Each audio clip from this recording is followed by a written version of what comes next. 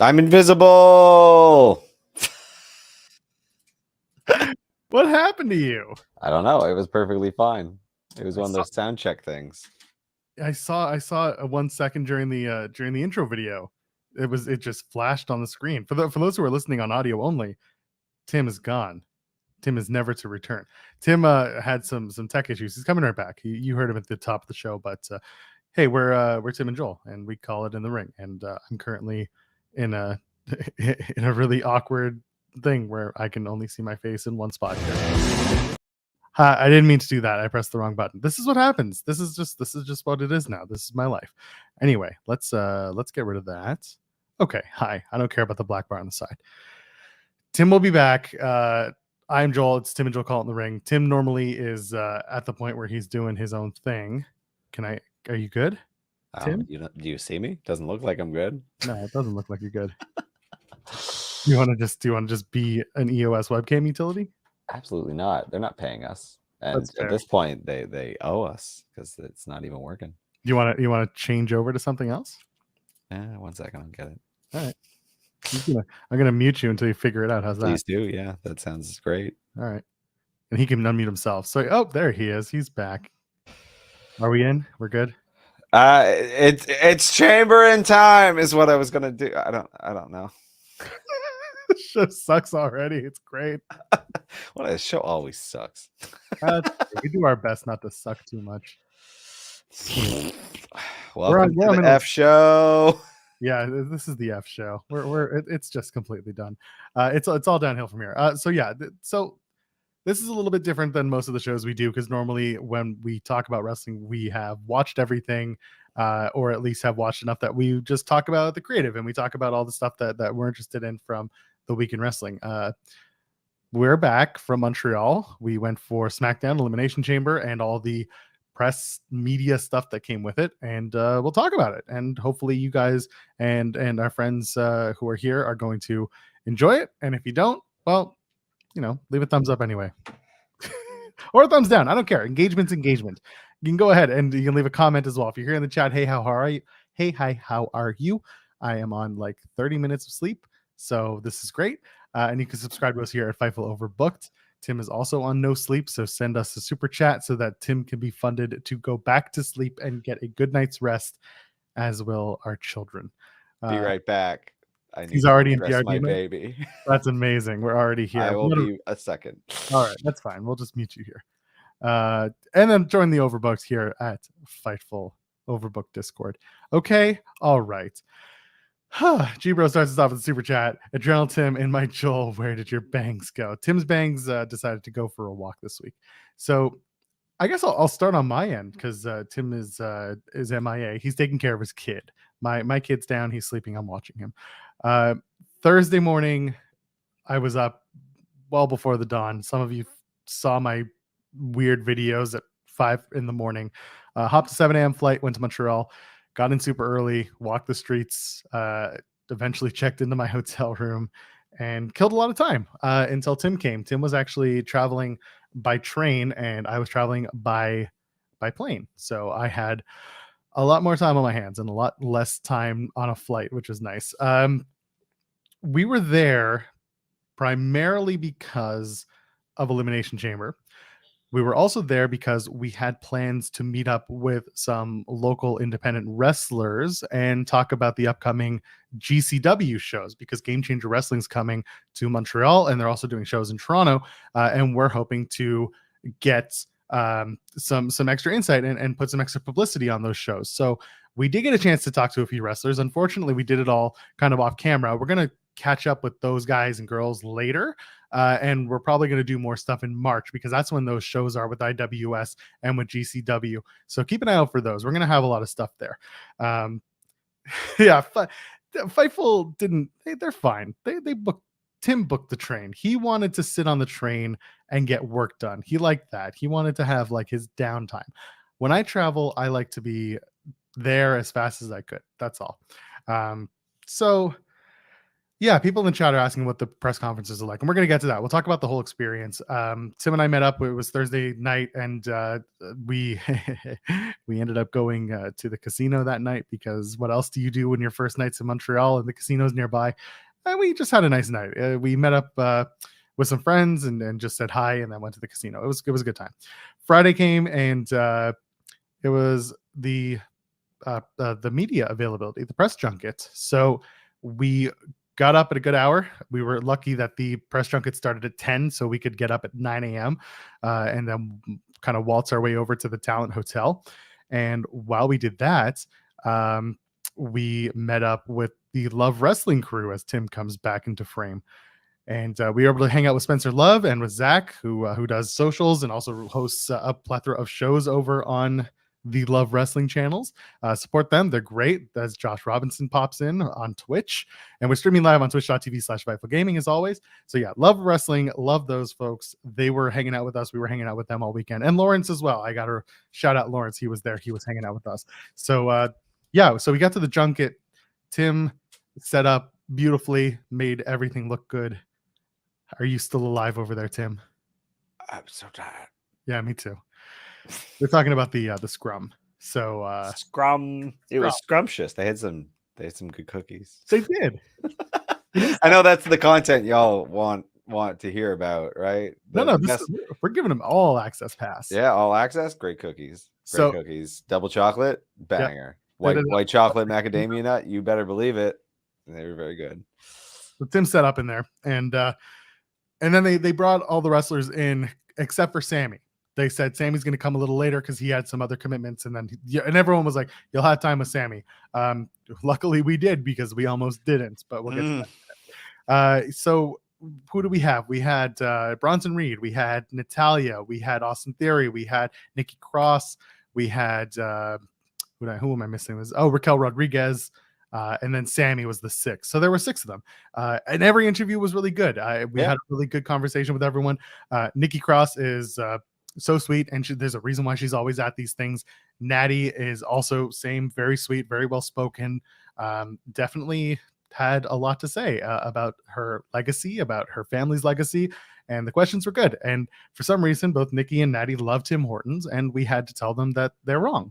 Yeah, both sick. I mean, Natty's from Calgary, so Albertan people don't know coffee.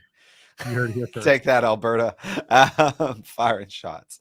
Nikki, I don't know. She's just part of, that's the global community and corporate advertising. Anyway, Tim Hortons is owned by some weird Brazilian conglomerate now, I think. It's not very good. Their coffee is watery. It's literally the only coffee I don't drink black from like a coffee place. Really? Because I add half milk, half sugar to it because tastes like tar. This weekend, I learned that Tim almost exclusively drinks coffee black. I don't drink coffee, so watching that was one hell of a treat. I almost exclusively consume black coffee as well, in case you didn't notice. Hey, this sounds familiar. Yeah. Anyway, so yeah, we got through the presser. It takes 2 hours. A lot of those interviews will drop on Fightful in the coming weeks once we edit them and send them up to Sean to have them taken care of. But I think they were really good.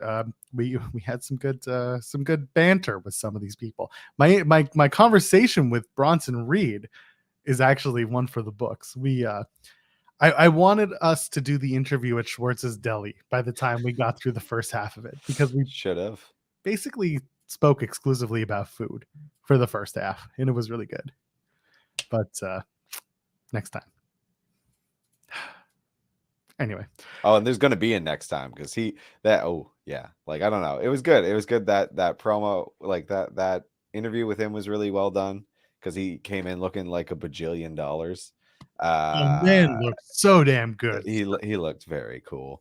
I'll put over Love Wrestling. They've already dropped their interview, so like you can see who was wearing what. And I know I do the Strong Style show with Cher, but like, come on, he was so good. Prada sunglasses. He was in a great, well-fitting gray suit with the black shirt. It was open because Sexy Beast. Like, he looked very cool, and then he put on a damn good performance in the Elimination Chamber. We'll go into detail about that in a bit, but I don't know. I think you're gonna keep seeing Bronson Reed now.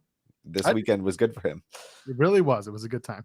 So yeah, there was just really good banter, really good chat. And then we got the interview with Sami, which went up almost immediately. So here's how that came together real quick.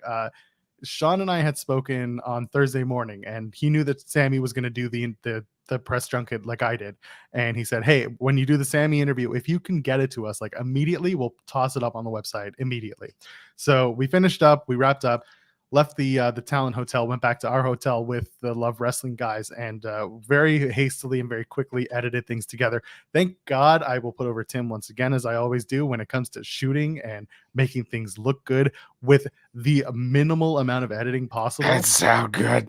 And sound good. Sounds great, actually. With all those things in mind, it makes doing any post-production so much better and so much easier. And you know what really matters? To us, at least, when we get questions in the comments on the YouTube channel, on Fightful's YouTube channel, being like, whoa, this interview was beautifully shot. What equipment are you using? That shit gets me excited. It's good stuff. So without Tim, I don't do or look nearly as good. I have to say that. And I know he's heard me say that to his face, but I'll say it out here in the internet. He makes me look and sound better than I ever could. And that was the case for this week. Oh, thank you. Wouldn't have done it with anyone else. So tired. It was nice. It was really fun. So after the scrum, actually, I go over. So we definitely had tickets for Elimination Chamber. That was a certainty. Yeah, so I don't mind pulling back this curtain.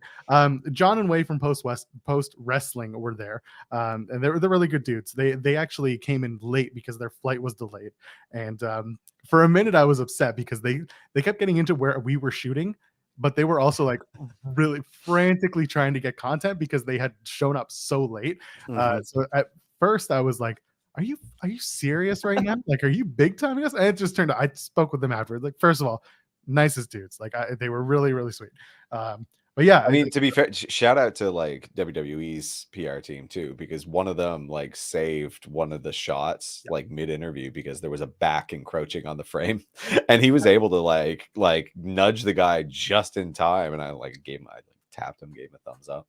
Yeah, it wasn't Joel, it was the otother fella. I can't remember his name. The big dude from the Netherlands. Yeah. No. Sorry, the PR person. Oh, the PR. Yeah. Okay. Yeah. So after so I'm speaking to John and Wayne. I said, what's going on with SmackDown tickets? And they're just like, get a comp, ask them. So I go over to WWE PR and I'm just like, hey, what's going on with SmackDown tonight? I'm like, you want to go to SmackDown tonight? And we're like, sure, why not? They're like, why didn't you tell us in the first place? I didn't know this was on the table. It's all new. Yeah. So first time for everything. So they were like, yeah, we got you. So very, very kind. They gave us tickets. Again, I do this with full transparency because I know a lot of people kind of get weird when it comes to, wrestling media, they're bought and purchased. Like, honestly, we know what this is. And we come into it being, we're not going to do anything salacious. And I'm also not going to tell you that this was like a perfect experience, because we're going to talk about that a little bit later when we talk about Elimination Chamber itself. But like we'll get down and dirty soon. But yeah, so they got us taken care of for SmackDown. SmackDown itself, the show was so much fun. I really liked SmackDown live. Yeah. How did you feel about the show itself? Because I mean, our seats were great, and then seats were fantastic. Yeah, the matches themselves, the way that the show flowed was pretty good for us live. How'd you feel? Yeah, I really enjoyed it. Flowed pretty well. In-ring was good. This one was always going to be weird because like the main event was just Sami Zayn comes home. The way they played out the rest of the story was a little bit different than kind of what I think both of us expected. So the night was a bit strange, and they ended up doing 2 dark matches to kind of cover for that, which they felt like dark matches. The dark matches apparently are the norm going forward. Yeah, or like for the last couple of weeks, like it's become the norm. So they do Charlotte versus Sonya. They did it like immediately. Like Sami cut his promo left, and then they just hit Charlotte's music, and she was out, and they start the match immediately. And then they did Bray Wyatt versus LA Knight, in a street fight. And anyway, it happened. It was fine. It's just a quicker, like it was like the highlight reel from the Pitch Black, but without all the black light crap. Yeah, Um, they had done the black leg grab though. no, I'm good. It was fine either way. They Everyone used did the a chair, a kendo stick, and a table. There you go. We did That's right. we did the street fight. Um, yeah, I don't know. I'd have to think about it, like what SmackDown's been lately. Maybe lately or going forward, like the goal is just maybe cap that show with like a segment rather than a match, which makes sense. It was a go home, so they had to do Yeah. something, something different. And no Roman on screen, no Usos on No. screen, which actually made things kind of funny. I was thinking about it the other day, and really today because I'm on no sleep. The end of SmackDown last week was Paul telling Jimmy Uso, "Hey, watch the show from home. Roman's got it from here." Yeah. And then there was no Roman on the show on Friday. So I was like, did something kind of get lost in translation, or like it just there was that little thread that I was like, that kind of didn't make it. But otherwise, the matches itself, I mean, that tag match between the Viking Raiders and Sheamus Oh yeah. My and Drew. God. Oh God, so much Yeah. fun live. I listen, Madcap and Gunter. That was my main event. Also very good. Yeah. It was good. I'm waiting for people to finally understand that. Yes, the name Madcap Moss is not ideal, but I think we're getting closer and closer to him changing his name again. The character is already dead, at least. Be thankful for that. Like the gimmick itself doesn't. It's no longer there. He's not a jokester.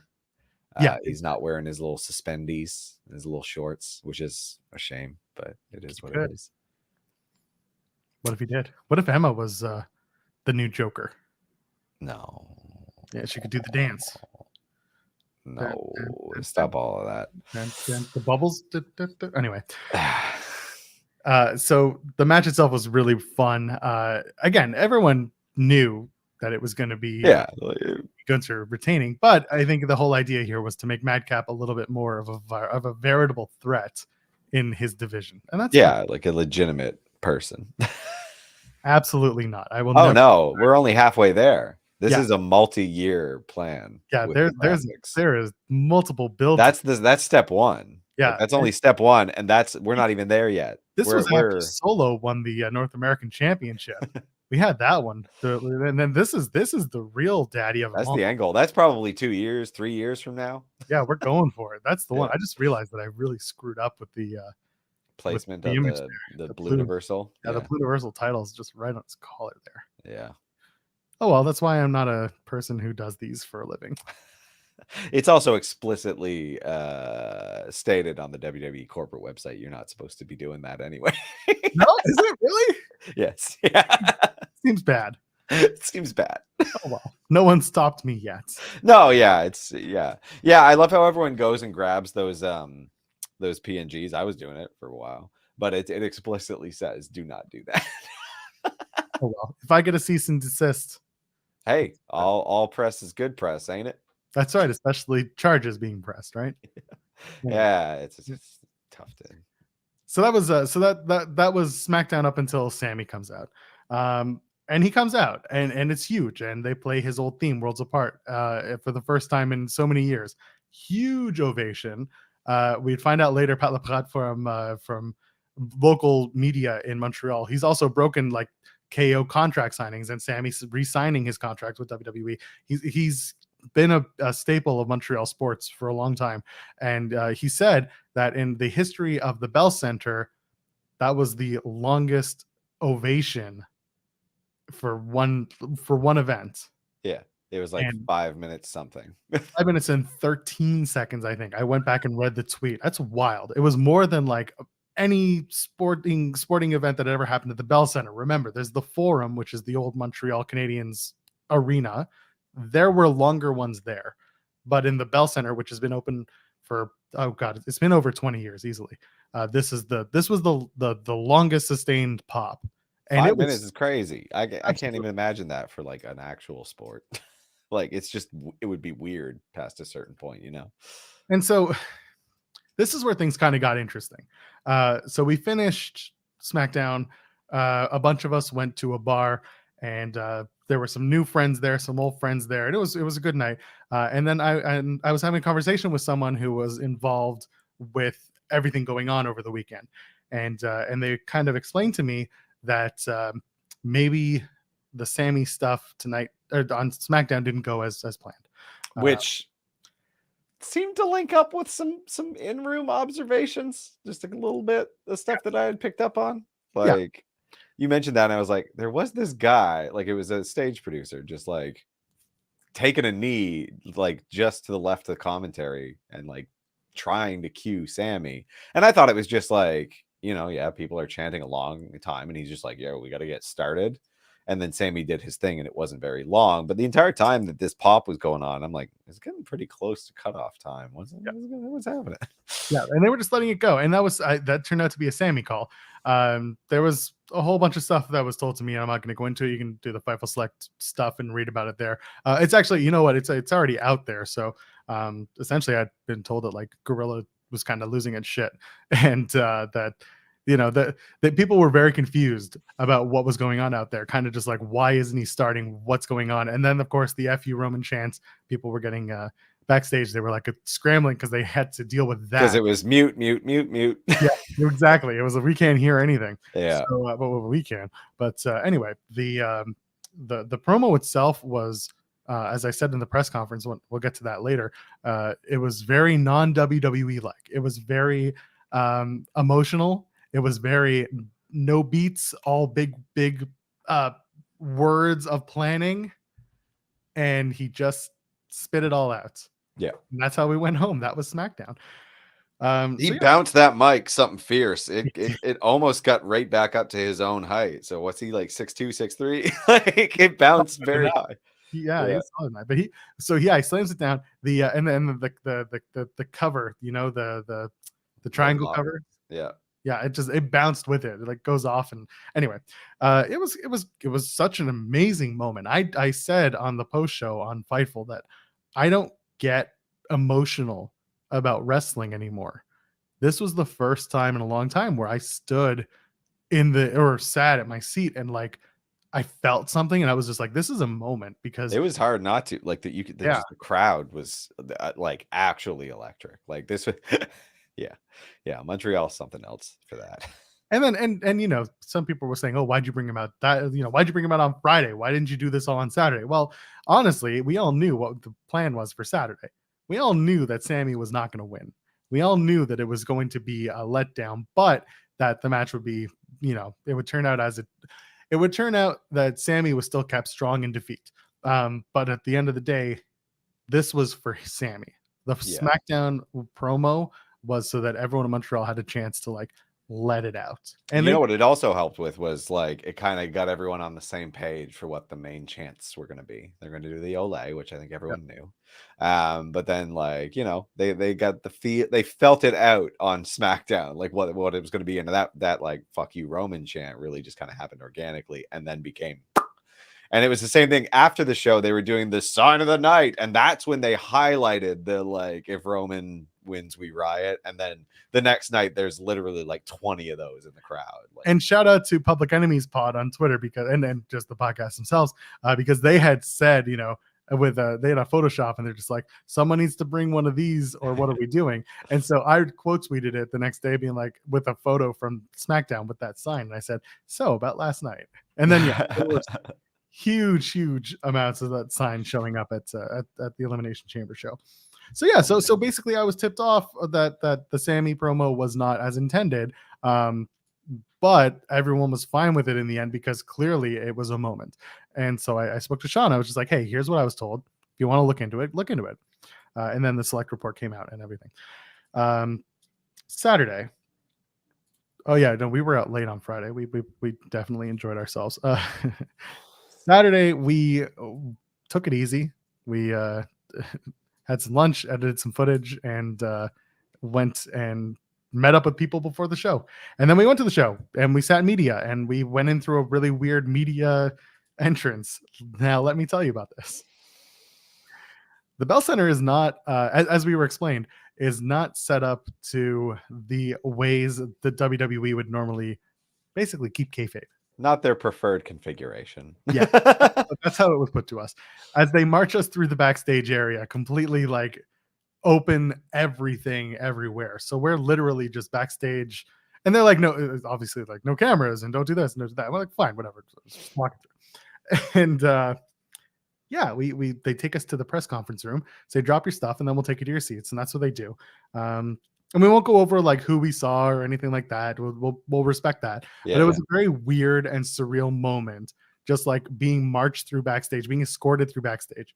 And then the funnier moment was one of the guys who works in communications was just like, how much do you think I could charge regular fans for a walkthrough like this? And I said, you could make it part of the superstar experience and you'll make bank. Yeah. Yeah, it was something very unexpected and yeah, surreal is the way to like. It was just like, oh, and they did it twice because we had to go back. Yeah. There's in and out. Yeah. 3 times we had to leave. We had to leave afterwards. Yeah. So I kept seeing weird stuff. Yeah. So the Elimination Chamber show was a lot of fun. I was thirsty, and Tim was like, "Can I get you a drink?" And I said, "Get me Diet Coke." And so Tim comes back with a cup of Diet Coke, a plastic solo cup, a clear solo cup. And I was like, "Oh, that's weird," because at SmackDown they were giving them out in a bottle. And he said, "Yep." They just emptied the bottle into the cup, and that was it. So I took a photo, and I was like, I think this means they're trying to cover their asses just in case something happens tonight. That tweet kind of got some numbers, Tim. Oh yeah. What was the final tally? Big. I haven't actually pulled it up. Let's take a look. I'm gonna find this tweet now, and I know some of you saw it and engaged with it. Oh, here we go. Oh my god, this is absurd. Okay, so first of all, the caption was "LOL, they aren't serving soda in bottles tonight for a very specific reason." ... The engagement on it is 3,104 likes. Oh. 184 quote tweets, 259 retweets, and the views are at 384,000. Delightful. I'm glad I didn't embarrass you by asking.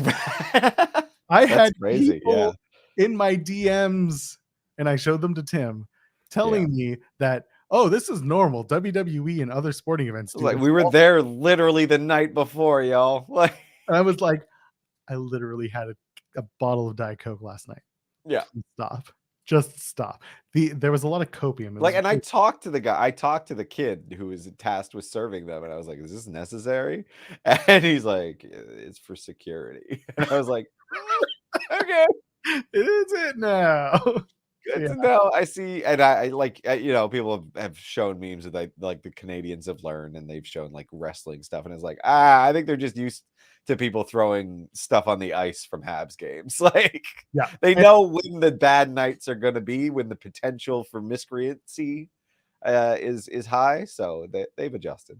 And a cheap solo cup that's clear doesn't travel nearly as well as a bottle of soda filled with something. No, most of the liquid is going to escape through the air, showering your fellow Montreal people. Montrealers, I think. Montrealers? That's not correct. There's no way that's correct. I think it is. Anyway, so yeah, that was so that's how the night started. And then I muted the tweet, and I'm like, never to be seen again. And then I got a message from a friend today who was like, I saw your tweet on several Facebook groups. I'm like, no, not the Facebook groups. It was my worst fear come to life. Anyway, I had a good laugh. Yeah, so we watched the show. We watched the Elimination Chamber. Started off with the women.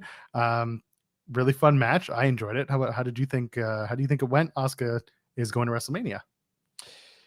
Good match, really good match. I haven't done this for any other event I've attended, but I rewatched it, the show. I wanted to hear how the crowd translated. I wanted to hear some of the commentary. I wanted to see how some stuff played out, because there was moments that looked kind of like awkward to me that actually one with the production played out very, very well. There was a moment where Asuka jumps up.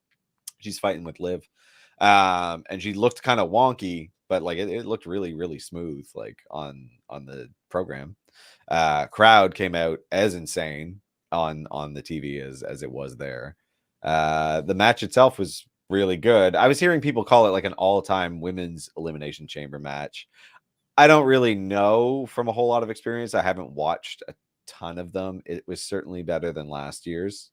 I enjoyed the match. There were some big spots. It's still the muted version of the chamber. Like I know that there's lots of good reasons for that. And I know that most people are very like, yep, this is the right decision. But it's also like, I don't know, it also doesn't feel as special as it did when it was actually hurting people, which is, it's a trade-off. I think But I'd like, rather they survive the night. yeah. It's just I would prefer like a lot more creativity with the chamber itself being used, because like I felt like it got a little bit stale. I noticed they graded up the top instead of the chains, which is good. So there's no more like grabbing the feet spots, because that got old. So Yeah. So Asuka wins. She's gonna face Bianca Belair at WrestleMania. One of my favorite spots was early in the match. They did the shoving Natty's head through the yeah, chain. that was excellent, and that's what I'm talking about. Like I want stuff like that, but like more than like 3 or 4 per match, because that feels like you're just getting the quota in. So Yeah, and they did some fun stuff. I think the yes, women really performed well, and it was the right opener for that night. 100%. Like this was, it set the tone right. Asuka winning was like obviously the correct decision for me. Like I'm very happy with that. I think that's a good match at WrestleMania. At that point, I saw Peter Rosenberg in the crowd. Yeah. A photo with a young woman who had a sign that said, "My mom thinks I'm at bar mitzvah class," and I thought that was just the funniest, stupidest thing I've ever seen. And I had to shout it out. So, you know what's funny? On the my train ride home, there was a girl directly across from me who was studying for her bar mitzvah. 100%. It was not that girl. It was a different girl. Nope. But it was very funny. It's good. Although it's that girl, we're telling stories here. It was the same girl. Man, I will say there were too many wrestling fans on that train. Yeah, there were a bunch on my flight. Actually, shout out. So there was a dude I met. His name was Ryan. He's from close to my hometown. We randomly had the same flights in and out. So either he's stalking me or we got lucky. Yeah. But yeah, no, shout out to him. We had really nice conversations about wrestling that were very even keeled and very nice and very fun. So shout out to him. It was good stuff. There were a lot of wrestling fans. Let me tell you, on my flights as well. It's just the way it is. There were a couple people, like I was in the McDonald's gathering my bucket of coffee for the morning. And there was just people carrying around chairs. I was just like, this sucks. This is the crappiest, like, what an awful souvenir that the WWE has made their like staple VIP like front row thing. Like carry around a whole ass chair. Like you can and then those. Just ship them home. Go to your local FedEx, wrap that shit up, and just ship it home. Oh, I feel like these people spent all of the money they had on those seats because they didn't actually have the money to afford those seats. Because, like, judging by the lady who I heard, a separate lady talking on her phone in the McDonald's, she said she watched it on her phone while she was there, because you remember when they pulled us down to the floor? Oh, we'll talk about that in a minute. Yeah. Anyway, like she was not within the first 3 rows of the floor seats and was disappointed with her sight lines, which welcome to reality. Could have told you that one anyway. Yeah. Our seats were great though. They were phenomenal. The 100 section is the way to go. Yeah. always sit in the lower bowl. Yeah. If you can get production hold seats, I always swear by them. These were great. We weren't staring at ass all night. I literally never want to watch wrestling any other way. Like this is perfect. Like, you know that Impact's putting people back on the stage for their pay-per-view when they're here in Toronto in April. I hope they don't put us there. Yeah. But because the way that they troll Sean, I think they're going to do that. Yeah, or right in the front row where they can focus on your dumb mug every 5 minutes. Yes, exactly. There's like so many GA areas that are not lit well that I'm sure we'll just good. We can like slink into a corner. Poles. Yeah, over by the stripper poles. Anyway, wait, are they running like Rebel? They are. They always run Rebel when they come here. They run Rebel because it's like the biggest non-arena venue they can run. Cool. We can have my studio after and before. Oh, that's a good idea. It's right there. It's a good. We can actually do the pod. Like, how close is it? Because you guys also have internet now there. Yeah, it's very close. It is. Oh God, right I gotta there. tell Sean. That's what we're gonna do. Originally I was gonna ask someone at Rebel if like I could commandeer an office afterwards. No, we can. Much better. It's not far at all. It's just Cherry, right? So it's right next to Polson. Okay, we'll do that. thank you for indulging my plans for April. Yeah, my dad can get us better seats. That's right. And it is Rebellion at the Revel Night. That's always my favorite thing. Like they've been running Rebellion in Toronto for several years. That not for the pandemic and past, but used to be Sound Academy then. what was it before? No, it was always Rebel when they ran it. Oh, okay. What was it before Sound Academy? I can't remember. It was something cooler. Well, it was just the docks. The docks. Yeah, better. Yeah, the docks and then Sound Academy. I saw but there was that weird fish restaurant there too, which made it awkward and weird. Fun. Anyway, back to the show. Yeah. Good seats. Bobby and Brock were up next, and middle of the show, I turned around, I said, "Kick him in the dick." Yeah. What does Brock do? Kick him in the dick. I mean, if we say that literally every match, the odds that it's going to happen sometime is pretty high. There was one spot where it happened in the Elimination Chamber. We looked at each other. We're just like, kick him in the dick. Effective. 0 rules against it there. Yeah. So who got the win there? It was nobody won. The fans won. Yeah, Bobby won. Got the win. DQ. I'm not against this story playing out because there's 6 weeks of TV left. You can spend half of it trying to figure out what's going on with Bray. I thought that was awful, by the way, on SmackDown. Yeah, we were both very displeased. I was like, no more lore. And I think they're going to move towards Bobby and Bray and not Brock and Bray. I don't think Brock wants to do lore. Yeah, I don't know. Also, you don't want that as fans. It won't be good. That would be a horrible match. But I can see them doing something weird, like Bray coming out and being extremely philosophical about like who really won in the end. Like who was the one left standing tall? Like anyway. Hopefully it's Bobby. The dick, tell you that much. Hopefully it's Bobby and Bray, but I don't even. That also sounds weird. The only way I will accept Brock Lesnar versus Bray Wyatt is if it brings Sable back and Alexa Bliss, and then it becomes this weird like Sable is equally confused, and we have Alexa Bliss lore. Just have Sable run in with like a hunting rifle and just like there we go. Like it's the converse of like Bray's influence on Alexa. Well, what's Brock's influence on Sable? She's out there with a big ass knife ready to skin him. Like drives a motorcycle down, just like the Sable American badass. Yeah, pretty much. My God, I'm so into this. That's how we do it. Got Aaron's Glock. Good callback. What happened next? Oh my God, it was the tag match, mixed tag.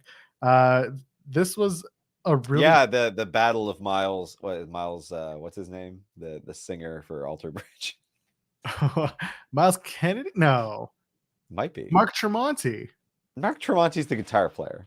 Yeah, aren't they the same? No. Hold on. Okay.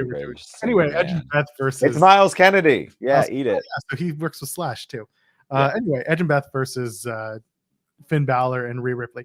I sat there being like, I think Rhea Ripley's going to pin Beth, but it ended up being Edge pinning Bray because I guess you can't have Edge lose too many times because every time Edge loses, you then have to write him out for several months. That's how it works. He's got to go recollect himself. Put it back together. Anyway, the guy's got 8 abs. That's a good enough consolation prize. He can eat another L. He's good. He's having the best time of his life. Again, he's midlife crisis Finn. This guy can lose. It's okay. The star of the show though was Dominic Mysterio, and that crowd absolutely lost their shit. They took the long way to yell at him too. They weren't. It wasn't F you Dom. It was F you Dominic. They really went at it too. It was so good. And like they ran him out of the arena and then they did the na, and then he comes back and he's right back. He's like, yeah, I'm back on the back. Dominic Mysterio is so understated as a heel right now. I think I love many good things going on there. I love what the Judgment Day became.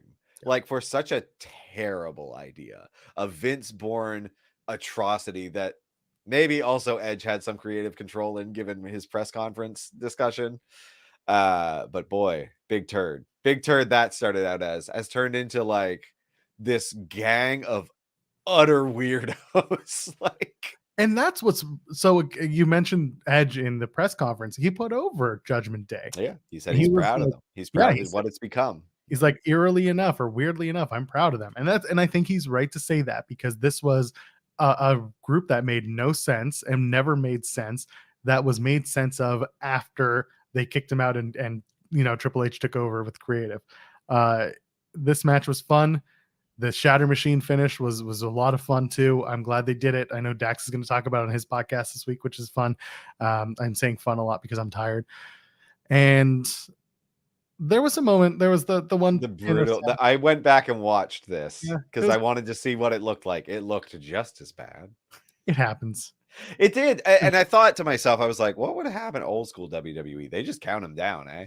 They're like, you screwed up, and then." They would, and the referees are supposed to count 3 no matter what. But also, Edge kicked out because he kind of flopped up. So like the ref legitimately hand comes down and just swoops into his armpit, misses the mat. Like, and again, shout out to how professional the referees work, because watching them work was really, really excellent. Is particularly for this show. SmackDown the night before, during the Charlotte match, something flew out of someone, and the ref, as he was coming down to count, with his other hand picked up what it was, felt what it was, and made sure it wasn't anything of consequence before continuing. It was very smooth.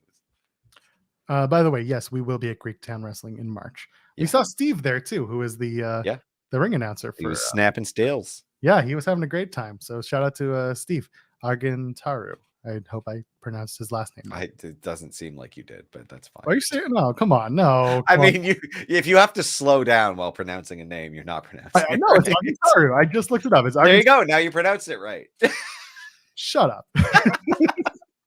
Anyway, we'll be at Greektown. Evil Uno's going to be there. We'll do a whole rundown. We always Evil Uno's got the match set. He's wrestling someone. Yes, Trent Gibson. Yeah, he's going to get paddled. And did you see who Jock Sampson is facing? Both of the main event. Yeah, I'm so excited. Yeah, we have to interview main event. Yeah, I need people to see these two dudes. They are big, built, good-looking dudes who need to be working on TV. Great in the ring. Their gimmick is very refined now. They're a good to go package, pretty much. I mean, I who knows about talking, but the presentation is there.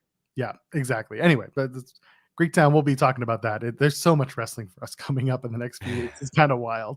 Yeah, that's all I'll say about that. What else? We got past Bobby and Brock. We got past the Judgment Day, and then we had the men's Elimination Chamber. We had the Austin Theory one. So my favorite stat coming out of the night was that 4 out of 5 matches on the card of the Elimination Chamber featured Canadian wrestlers. The one that didn't was the U.S. Championship match. Appropriate. Very appropriate. Yeah. Austin Theory retains the championship. This was a match that really made Montez Ford, Bronson Reed, and Johnny Gargano look like $1 million, because the other 2 guys in the chamber, and Damian Priest, he was already. The 3, it was 3 guys on the up versus 3 guys who were established and on TV weekly, and everyone came out looking great. When I started thinking about it and putting it together, I was like, I think Logan Paul's here. Yeah.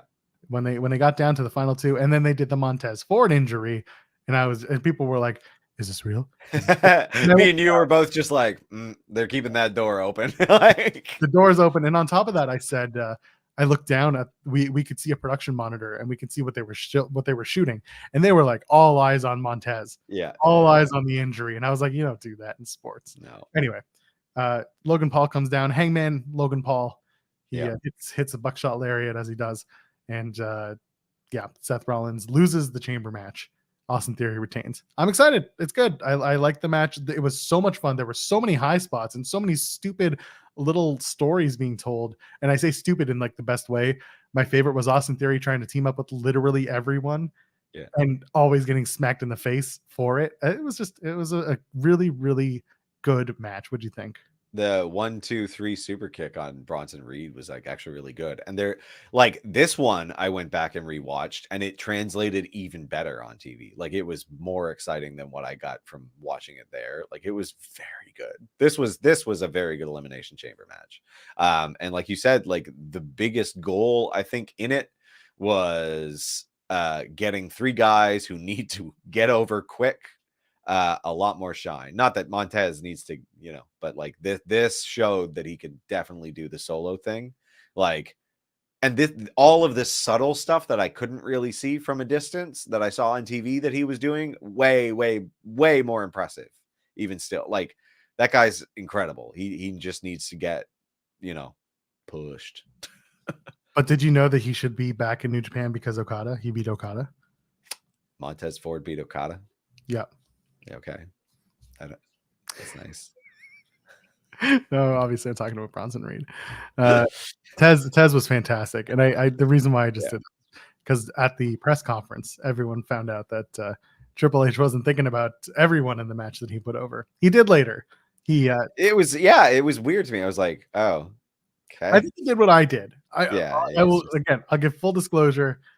When we interviewed Bronson Reed, I forgot he was in the chamber match. I did because I made zero reference to it because I was trying to keep my questions evergreen, knowing that it's good. Yeah, knowing that we were going to drop these later on. So yeah, long story short, I think Triple H just forgot who was in the match. It's a lot of names. Yeah, it's names. 6 men to remember.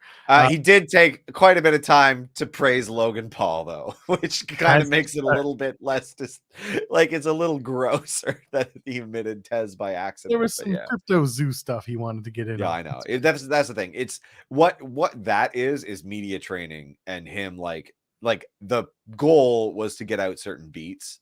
And like Tez doesn't feature in that beat because he's like a part of the company, right? They have to get over Logan Paul. So he's trying to remember all 6 names and do like the Logan stuff and remember his talking points. So it happens. And he later on went to Twitter and was like, I forgot about Tez.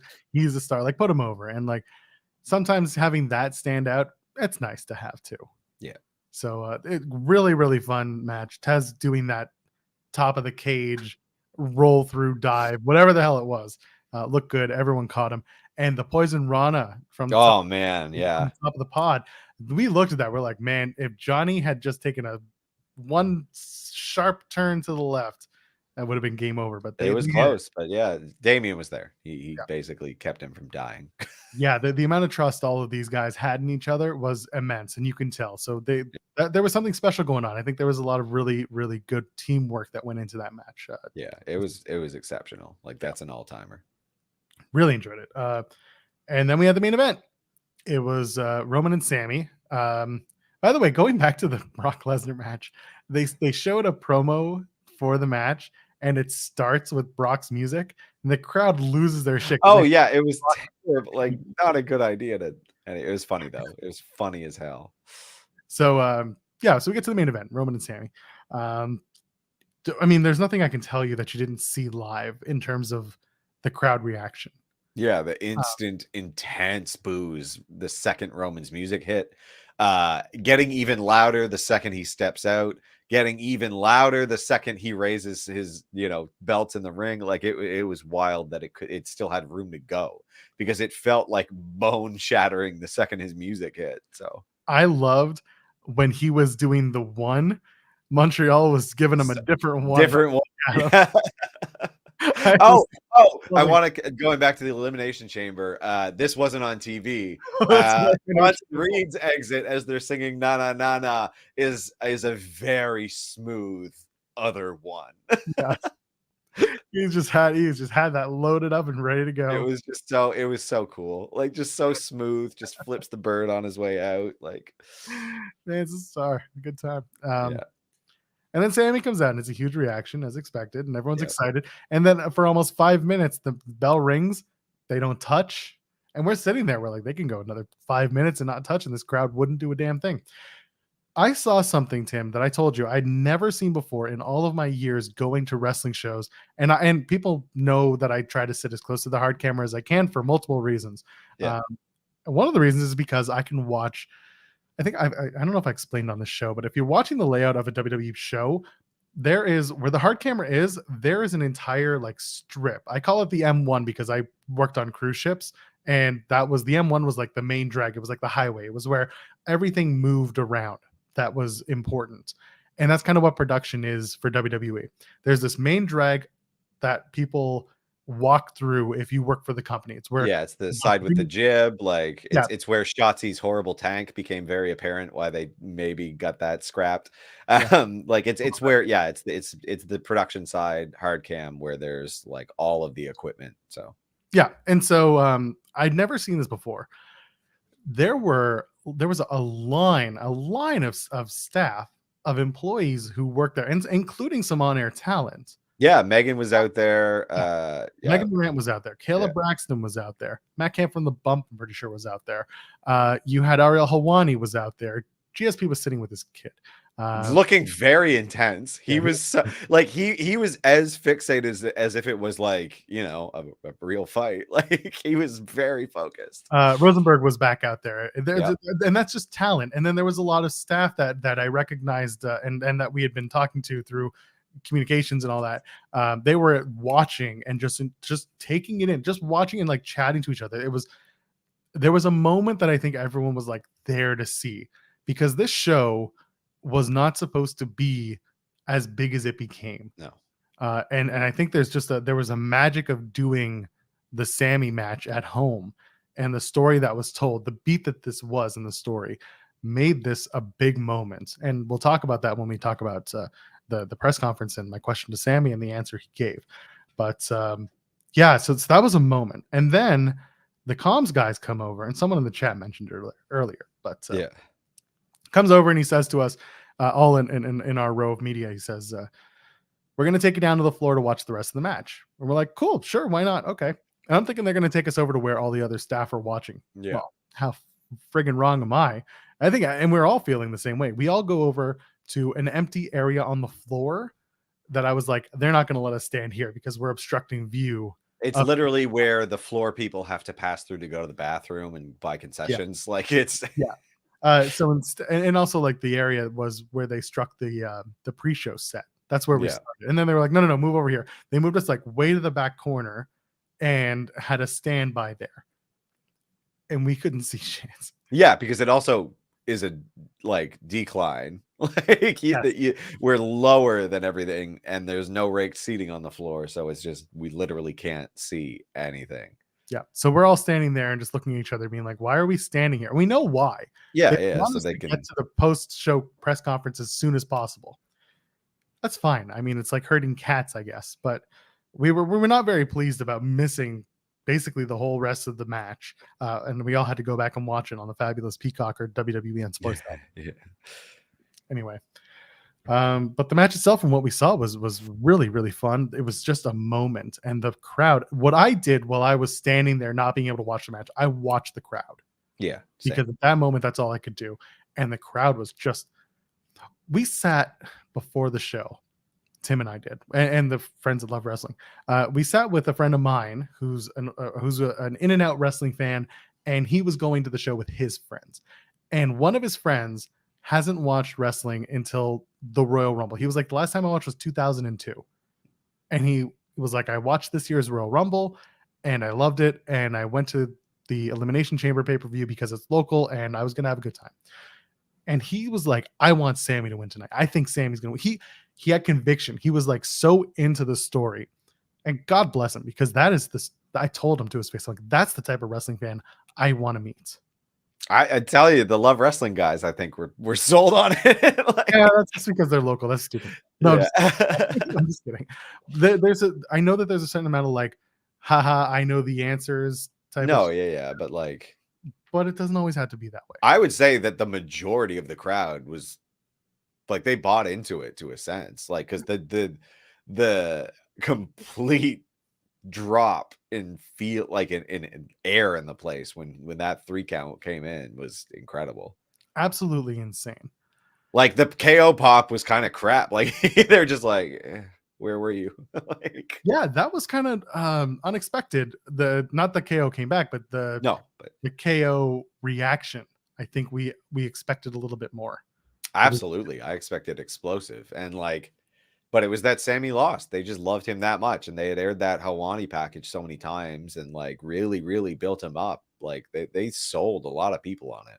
Yeah. And it was special. But like, yeah, we'll talk about what Sami said in the presser because he had some insight. But like, yes, he did. So Yeah, so the match ends, Roman wins, and the crowd's deflated. KO comes out, they do the thing. You all saw it. I don't need to tell you.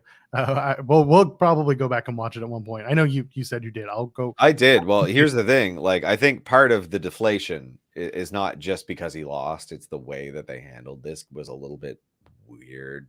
Like, that was surprising to me. Like, kind of what happened was expected. Like, we knew Jimmy was going to interfere. We knew Jay would come out. I kind of expected Jay to just get this over and done with and clock Sami with a chair here. He didn't. But then they did this thing, which they're either going to take it in a complicated, weird way, or they're going to do some really lame wrestling crap where it's like, oh, you speared me. And it's like, it was an accident. You know what accidents are. Yes, Jay? Like, but My so we'll talk about that with the Paul comments and the 6 weeks to Mania and all that stuff. So yeah, match ends and they grab us and they take us through the backstage as I walk past Johnny and Candace and I was telling Tim, like, I was trying not to smile and to be like, hi, how are you? Because they come off as just the nicest human beings in the world. And all you want to do is like, just chat with them. And I kind of said they're the type of people that, like, if I saw them at the grocery store, I'd be like, oh, bananas are on sale. You should probably go grab some. They're on super sale. I got a bunch. You want one? Is the cost of bananas a thing? They're always cheap. Like, they're not always cheap. Bananas are cheap. You can get a bunch for under $2 consistently. You shop in the wrong places. I get mine at like 58 cents a pound, I think. Oh, too good for 59. Is there a 59? No, I don't know. They either get them in No Frills or Walmart. What do you want from my life? Yeah. Wherever it's cheap. I know they're still awful, but who cares?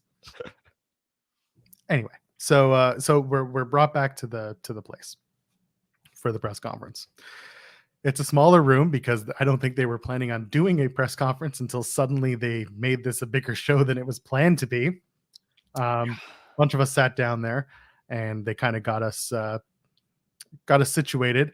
We had maybe 10 minutes. Like, yeah. I was able to set up a tripod and I wanted a gimbal, but it wasn't happening. I had to just lock my elbows into my thigh meat and sit on a chair to stabilize. So we have, Tim and I have two different perspectives from the press conference. Yeah. I sat with basically like with everyone who was asking questions, and Tim was in the back. So we'll kind of give our two different perspectives from that. I was sitting with the guys from oh my god, I just forgot the name of the Gorilla Position Radio. They're really good dudes. Someone said, "Is that your dad?" And I was like, "No. He's a Brit," which is much worse. And then there was a guy from local media sitting next to me, and like, there were some people. Basically, like, we all kind of knew each other in some way, and so we were sitting there. Byron Saxon hosted. You all saw that. But before they started, they were kind of like, hey, is anyone specifically going to want to ask a question?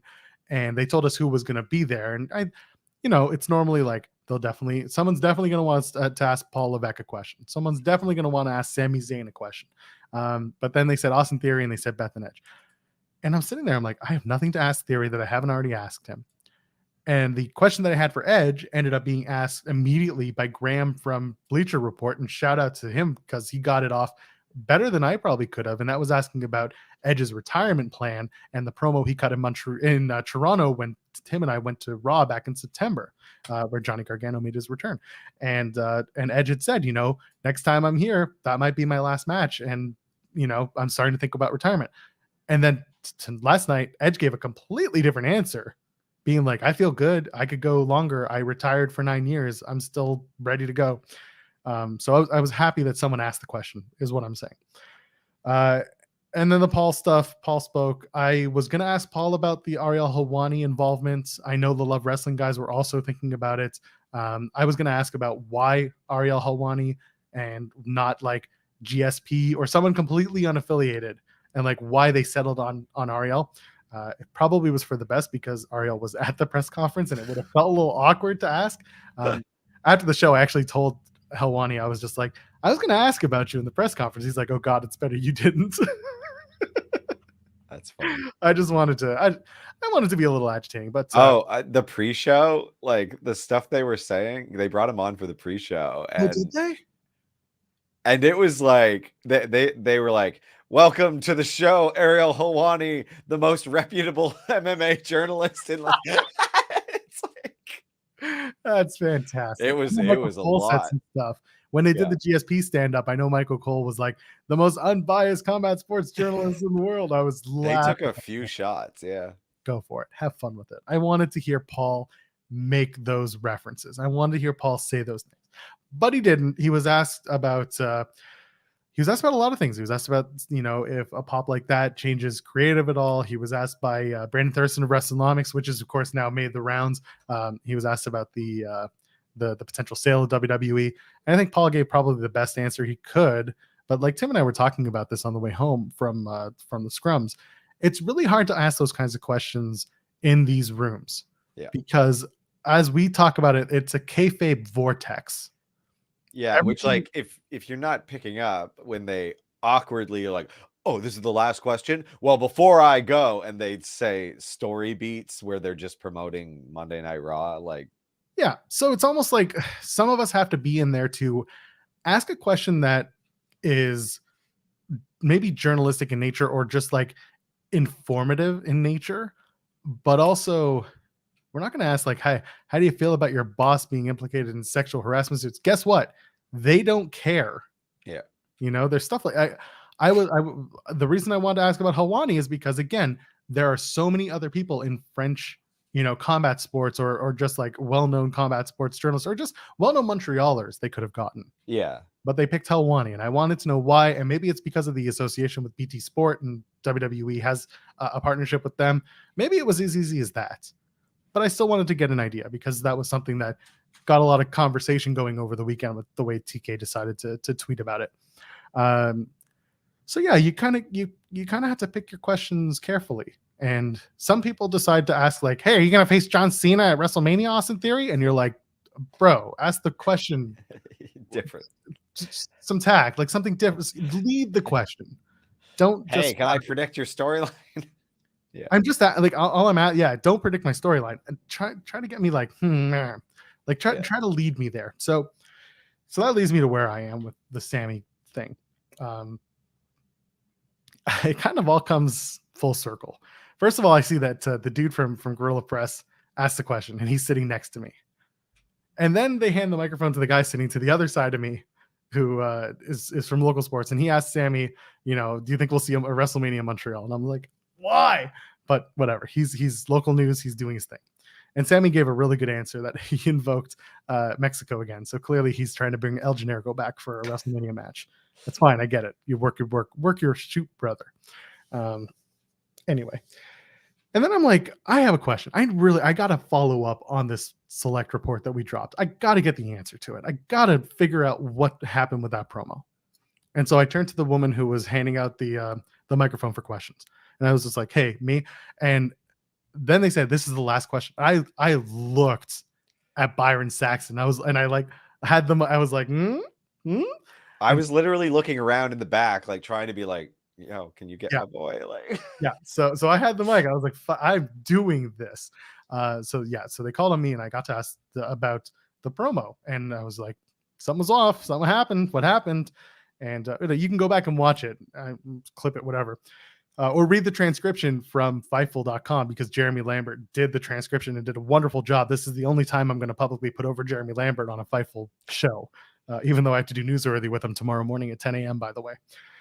So he basically answered the question at the very end after he gave a whole long, really interesting answer about how he sees moments now on TV and how things are in the digital media age. Everything's about moments and maximizing your minutes essentially.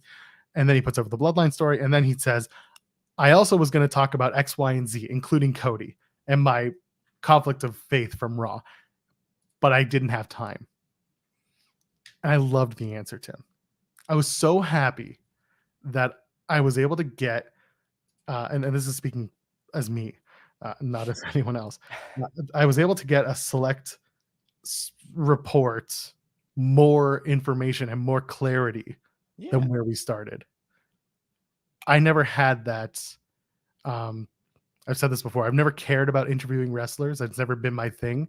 But lately it's kind of become a thing that I feel good doing. Mm-hmm. And after that, I felt really friggin' good about being able to do that and get the last stupid question on the press conference. Last. And it wasn't a stupid kayfabe vortex. Like it was. No, it was nice. That whole conversation with Sami was really something else because he was just like, I feel weird. And then you ask him about a parking ticket, and he's just like, there were people who did not get it in the audience. He made like a wet dream kind of reference. He had to pull himself back. Yeah, he's like, whoa, almost said something inappropriate. Glad my filter kicked in. And I was like, you could have just not said anything, I guess. But like, it was, he was just talking about how strange it felt. And like, he just did this thing, you all heard it. Like it was, it was interesting. Like the crowd truly did become a character last night. Like it was that type of feel. Yeah. So that was my experience doing this. You were standing at the back of the room. I was at the back of the room. I set up my little wide shot camera, and I was looking at them, and they all seemed kind of like tired. But I checked the shot and see how far I can get in, and I have to like scoot around, and I'm just sitting in the back, like with the camera leaned out into the alley, staring at everyone in the face. So I'm just looking at like Triple H just trying to remember stuff, and I'm just there like like Weird Al with a camera, just like. So that was fun.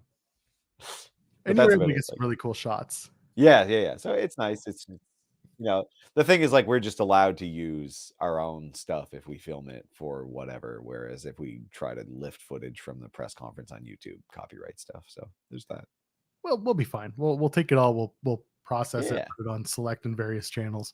And then we thought about going out. Instead, Sean said, hey, pop into the post show. So I did that. And that was an experience that shouldn't have happened. I mean, we didn't have like a space. The hotel was like a 20-minute walk away. So like there was no quiet space. And God forbid you exist in a public space after 5 p.m. So there's just nowhere quiet. So we tuck into an alley. Tuck into the alley. And I'm on the show and I'm doing my thing. And the security guard comes out. And he starts being like, you can't be here. You can't be here. He talks to Tim. Thank God, because I'm in the middle of talking to Sean and Denise on the show. And if you watched the post show last night, I had to like move around and like try and find my words while I'm navigating this dickhead security guard who's trying to kick us off the property while I'm on a video call. Like I'm not doing anything illegal. I am sitting there because there's light trying to do this stupid video call. Anyway, so he kicks us off. He literally makes us stand on the street corner, on the sidewalk. On the sidewalk. This is private property. This is public property. It's like, I don't give a shit. Just let me do the 2 minutes I need to do my spot and get out. That's all. It's a real stupid segment. Really stupid situation. Yeah, it was very dumb, but whatever. God forbid we be near the unopened condo. Yes, a condo that was not open yet to anybody. It was a presentation center. Yeah. We weren't trying to go inside. We were literally on the side of the building. Yeah, he was trying to say he was protecting us because it's a sketchy alley, but it's not because the cops were literally right there, and like it was feet from the main sidewalk. Like could have just called out. Yeah. Anyway. We got home, packed up, woke up, got like 3 hours of sleep. And then I got on a plane this morning and Tim got on a train. And here we are. Took care of our kids all afternoon and now we're here. Yep. Mine just woke up again. Well, you should go check on him. Yeah, I guess so. Let's get out of here, Tim. Do the plugs and go. It's Tim Stone, PTIMBSTONEP, Instagram exclusively. Spends a lot of time on Instagram, let me tell you. Sharing a hotel room. It was a lot of Instagram. So much Instagram. Much Instagram. We'll be back next week, probably talking about more wrestling because Tim won't be here. Kate will be back because Tim is sick of wrestling. You will hear from me again after WrestleMania. I'm going to think when your next appearance might be. Yeah, I don't know. When's Revolution? After WrestleMania? No, it's March the 5th. It's in 2 weeks. Oh, hold on. I got to get on the 3rd. All right, we're good. So it'll be then. Oh, it won't even be that. It'll be the week after that because it's a Sunday, isn't it? It's March the 5th, which is a Sunday. I don't know. Let's just do So it'll be something. the 12th is when I see you next. I don't know. Whatever. We'll figure it We'll out. figure it out. I'm at Joel Pearl, JOELPEARL. Folks, for those of you who have stuck with us for God knows how long, thank you. For those of you who are sending really nice messages of support for the last little while, for us being there and the stuff that we're dropping or have dropped, thank you for your support. It really does mean a lot. We're just two dorks who talk about wrestling, and we got to do something fun this weekend, and that's thanks to you guys who are very supportive, and thanks to Fightful for giving us that platform to do it. So thank you. Thank you. Works on my kid. He laughs like a banshee. Just like crap all over your nice, sincere thing. That's right. Thank you, though. Thank you, guys. Ladies and gentlemen, friends beyond the binary. We'll see you in the next one. Actually, like I said, Jeremy and I tomorrow, 10 a.m. Newsworthy on the channel. Cheers.